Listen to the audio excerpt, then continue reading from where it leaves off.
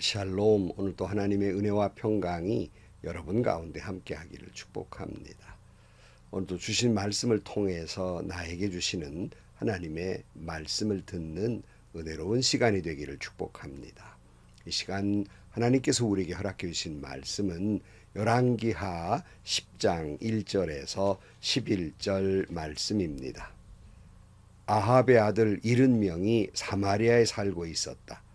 예후가 편지를 써서 사본을 만들어 사마리아에 있는 이스라엘의 관리들과 원로들과 아합의 아들들을 보호하고 있는 사람들에게 보냈다. 너희는 너희가 섬기는 상전의 아들들을 데리고 있다.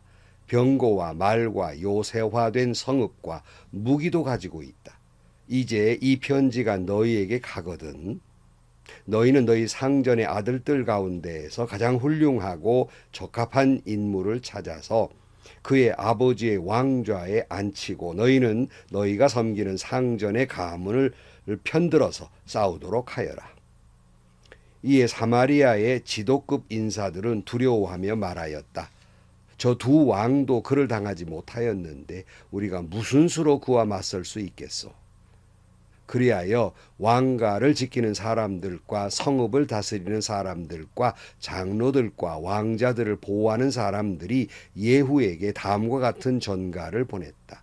우리는 장군의 신하입니다. 장군께서 우리에게 말하는 것은 무엇이든지 모두 그대로 하겠습니다. 우리는 어떠한 왕도 세우지 않겠습니다. 장군께서 보시기에 좋은 대로 하십시오. 예후가 그들에게 다음과 같이 두 번째 편지를 써서 보냈다. 너희가 내 편이 되어 내 명령을 따르겠다면 너희 군주의 아들들의 목을 베어서 내일 이맘때까지 이스라엘에 있는 나에게로 가져오너라. 그때의 왕자들 70명은 그들을 키워준 그 성읍의 지도자들과 함께 있었다. 편지가 성읍의 지도자들에게 전달되자 그들은 그 왕자들을 잡아서 70명을 모두 죽인 다음에 그들의 머리를 광주리에 담아서 이스라엘에 있는 예후에게 보냈다. 전령이 와서 예후에게 그들이 왕자들의 머리를 가져왔다고 알리니 예후가 말하였다. 그 머리들을 두 무더기로 나누어 아침까지 성읍 어귀에 두어라. 아침이 되었을 때 예후는 나가서 모든 백성에게 말하였다. 나는 내 옛 주인에게 영모를 꾀하여 그를 죽였습니다. 백성에게는 아무 잘못이 없습니다. 그러나 여기에 있는 이 모든 사람은 누가 죽였습니까? 백성 여러분은 아합의 가문을 두고 말씀하신 주님의 말씀이 그 어느 것 하나도 땅에 떨어지지 않았다는 사실만은 알아야 합니다. 주님께서는 그의 종 엘리야를 시켜 하신 말씀을 모두 이루셨습니다. 그런 다음에 예후는 이스라엘에 남아있는 아합 가문에 속한 사람을 모두 쳐 죽였다. 또 아합 가문의 관리들과 친지들과 제사장들을 하나도 남기지 않고 모두 죽였다. 아멘. 예후가 마치 미치광이처럼 눈에 보이는 대로 다 죽이길 시작합니다. 물론 북이스라엘 요람 왕도 남유다의 아시아 왕도 죽였지만 시대의 악녀의 대표인 이세벨도 죽입니다. 이러한 반란이 일어나자 당연히 북이스라엘과 남유다는 혼란에 빠졌겠습니다. 두려움과 공포 속에 있었을 것입니다. 그래서 요람을 옹이하고 있던 신하들이 급히 사마리아 성으로 모여들어서 대책을 세우면서 걱정을 하고 있었겠지요. 당연히 예후가 달겨들어서 사마리아 성을 점령하고 이 모든 사람들을 또 심판할 수 있겠습니다마는 이 예후는 이것을 선택하지 않아요.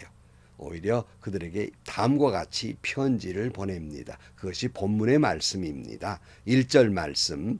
아합의 아들 70명이 사마리아에 살고 있었다. 예후가 편지를 써서 사본을 만들어 사마리아에 있는 이스라엘의 관리들과 원로들과 아합의 아들들을 보호하고 있는 사람들을 보냈다. 너희는 너희가 섬기는 상전의 아들들을 데리고 있다. 병거와 말과 요새화된 성읍과 무기도 가지고 있다. 이제 이 편지가 너희에게 가거든. 너희는 너희 상전의 아들들 가운데서 가장 훌륭하고 적합한 인물을 찾아서 그의 아버지의 왕자에 앉히고 너희는 너희가 섬기는 상전의 가문을 편들어서 싸우도록 하여라. 이에 사마리아의 지도급 인사들은 두려워하며 말하였다. 저 두 왕도 그를 당하지 못하였는데 우리가 무슨 수로 그와 맞설 수 있겠소. 그리하여 왕가를 지키는 사람들과 성읍을 다스리는 사람들과 장로들과 왕자들을 보호하는 사람들이 예후에게 다음과 같은 전가를 보냈다. 우리는 장군의 신하입니다. 장군께서 우리에게 말하는 것은 무엇이든지 모두 그대로 하겠습니다. 우리는 어떠한 왕도 세우지 않겠습니다. 장군께서 보시기에 좋은 대로 하십시오. 예후는 사마리아 성 안으로 편지를 보냅니다. 그리고는 이렇게 말하는 거지요. 너희 상전의 아들들 가운데서 똑똑한 사람 하나 골라서 왕으로 세우고 한번 나와 한판 겨누어 보자. 이렇게 편지를 보낸 겁니다.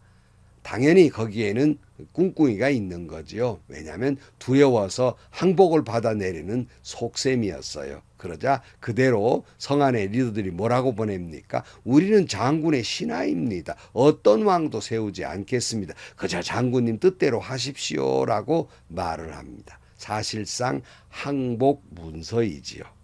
예후는 전쟁을 해서 많은 사람의 피를 흘리며 사마리아 성을 점령했다가는 백성들의 신임을 얻기가 어렵다는 걸 잘 알았어요.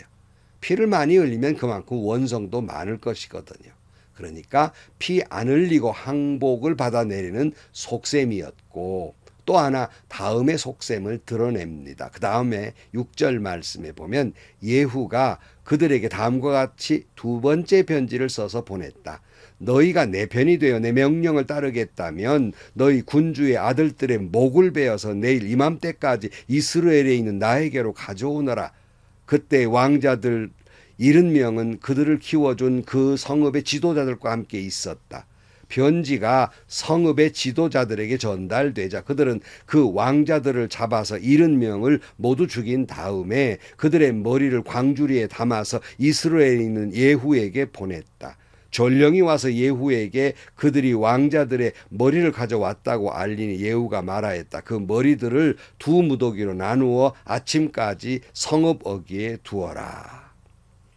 예후는 두 번째 편지를 보내지요. 너희들이 정말 내 편이라면 그 너희들의 그 군주의 아들들 70명 다 죽여서 내게로 보내라 하는 거예요. 예후의 속셈은 자기 손에 피 묻히지 아니하고 사마리아 성 안에 자중진화를 일으켜서 그들로 하여금 대신 죽이게끔 하는 것입니다. 아주 고도의 전략이라고 할 수 있겠습니다. 그러니까 뭐 당연히 사람 인심이라는 게 그래요. 미래 권력이 야단하니까 꼼짝 못하는 거지요. 70명의 그 아들들을 다 죽여서 광주리에 담아 그대로 보냅니다.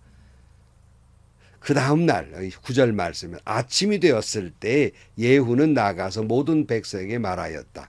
나는 내 옛 주인에게 영모를 꾀하여 그를 죽였습니다. 백성에게는 아무 잘못이 없습니다. 그러나 여기에 있는 이 모든 사람은 누가 죽였습니까? 백성 여러분, 아합의 가문을 두고 말씀하신 주님의 말씀이 그 어느 것 하나도 땅에 떨어지지 않았다는 사실만 알아야 합니다. 주님께서는 그의 종 엘리야를 시켜서 하신 말씀을 모두 이루셨습니다. 예후는 자기가 모반을 일으켰지만 모반의 정당성 그리고 많은 사람을 죽인 것에 대한 정당성에 대해서 이야기하고 있는 거예요. 내가 비록 배반해서 주인을 죽였지만 이 모든 것은 하나님이 엘리야를 통해서 하신 말씀, 그것이 하나도 땅에 떨어지지 아니하고 다 이루어졌다라고 이야기하고 있는 겁니다.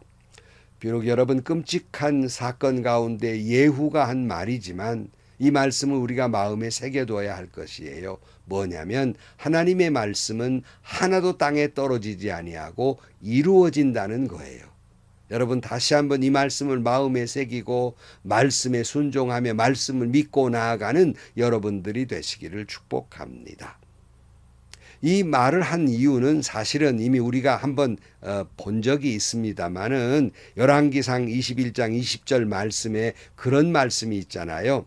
아합은 엘리야를 보자 이렇게 말하였다. 내 원수야, 내가 또 나를 찾아왔느냐? 그러자 엘리야가 대답하였다. 그렇습니다. 이렇게 또 찾아왔습니다. 임금님께서는 목숨을 팔아가면서까지 주님께서 보시기에 악한 일만 하십니다. 내가 너에게 재앙을 내려 너를 쓸어버리되 너 아합 가문에 속한 남자든 종이든 자윤이든 씨도 남기지 않고 이스라엘 가운데에서 없애버리겠다. 예후는 이 말씀이 하나도 땅에 떨어지지 아니하고 다 이루어졌다는 거예요. 그리고는 계속해서 이 말씀을 다 이루었다는 말씀으로 앞세우면서 계속 나머지 사람들도 죽이고 말지요. 아합 가문의 관리들, 제사장들 다 죽입니다. 11절 말씀이에요. 그런 다음에 예후는 이스라엘에 남아있는 아합 가문에 속한 사람들을 모두 쳐 죽였다. 또 아합 가문의 관리들과 친지들과 제사장들을 하나도 남기지 않고 모두 죽였다. 그랬어요. 성도 여러분, 우리는 이 끔찍한 사건의 이야기지만 우리 여기 속에서도 다시 한번 하나님이 우리에게 주시는 메시지를 들어야 할 것이에요. 그것은 여러분, 하나님의 심판은 반드시 있다는 겁니다. 그런 거로 여러분, 우리가 죄악 속에 있는 이들이 다 죽었던 것처럼 끔찍한 심판을 보면서 하나님을 두려워할 줄 알아야 됩니다. 특별히 오늘 비록 예후의 말이었지만 하나님의 말씀은 하나도 땅에 떨어지지 않을 것입니다. 그런 거로 성경에 나오는 하나님의 은혜와 축복의 말씀도 하나도 떨어지지 아니하고 다 이루어질 것이지만, 그러나 죄에 대한 심판의 말씀도 하나도 땅에 떨어지지 않고 다 이루어질 것입니다. 사람들은 축복의 말씀은 내게 이루어지기를 바라면서 이 심판의 말씀은 전혀 안 이루어질 것 같이 생각을 합니다. 어리석습니다. 성도 여러분, 하나님의 말씀은 하나도 땅에 떨어지지 아니하고 그 약속의 말씀은 반드시 이루어질 것입니다.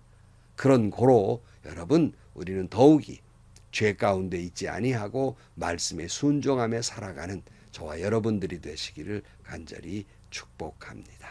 기도하겠습니다. 하나님 아버지, 우리는 아합 가문의 멸망을 보면서 다시 한번 죄가 얼마나 무서운 것인지를 깨닫습니다. 하나님의 심판은 반드시 이룰 것이며 하나님이 주신 말씀은 하나도 땅에 떨어지지 아니하고 이루어질 것을 믿습니다.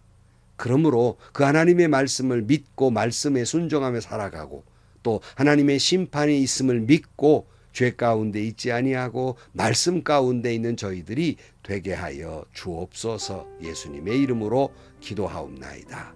아멘. 좀 전에 말씀드린 대로 사람들은 그래요. 성경에 나오는 은혜, 축복, 아멘, 다 이루어질 줄 믿습니다. 고백을 하면서도 심판의 말씀도 하나님의 말씀이거든요. 죄에 대한 심판도 하나도 땅에 떨어지지 아니하고 다 이루어질 것입니다. 그러므로 주님을 경외하고 하나님을 두려워할 줄도 알아야 하는 거예요. 심판은 반드시 있을 것입니다. 또한 하나님의 약속의 말씀도 반드시 이루어질 것입니다. 행복하시고요. 좋은 일이 가득한 하루가 되시기를 주님의 이름으로 간절히 축원합니다.